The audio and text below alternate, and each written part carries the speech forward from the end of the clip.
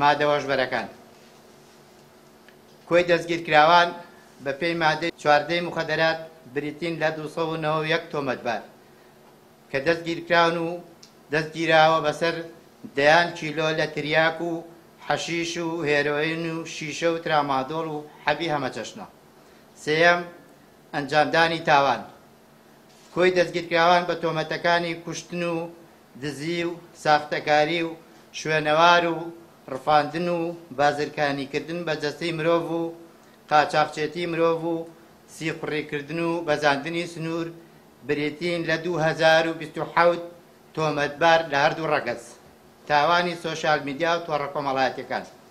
کۆی ئەو کەسانەی کە بە تۆمەتی خراپ بەکارهێنانی مۆبایل و فەیسبوک و ئینستاگرام و سناپچات و سەرجەم تۆڕە کۆمەڵایەتەکان کە دەستگیر کراون بریتیە لە 536 تۆمەتبار. هەشتەم، کۆی گشتی. سەرجەم دەستگیرکراوان کە لە ماوەی ساڵی 2019دا لەلایەن بەڕێوەبەرایەتی ئاسایشی پارێزگای سلێمانیەوە دەستگیرکراون بریتیە لە 3559 تۆمەتبار.